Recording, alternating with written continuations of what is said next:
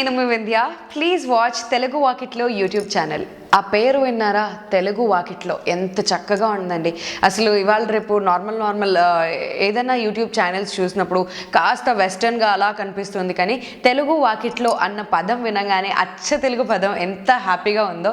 So మన వాకిట్లో మన తెలుగు సరౌండింగ్స్లో ఏం జరుగుతుంది, ఎలాంటి రివ్యూస్ మీకు కావాలి అన్నా కానీ ఈ ఛానల్కి సబ్స్క్రైబ్ అయి ఉండండి.